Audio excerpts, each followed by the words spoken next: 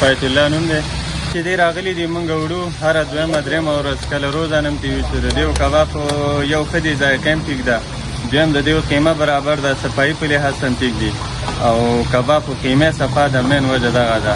او ډل کوم غوړي چې دی استعمالوي دا هم صفا دي زموږ په پوره اعتماد دی موږ خوښ کلي دي موږ په خپله خورو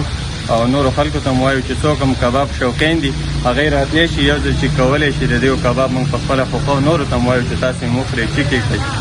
نو کباب یې ډېر ښه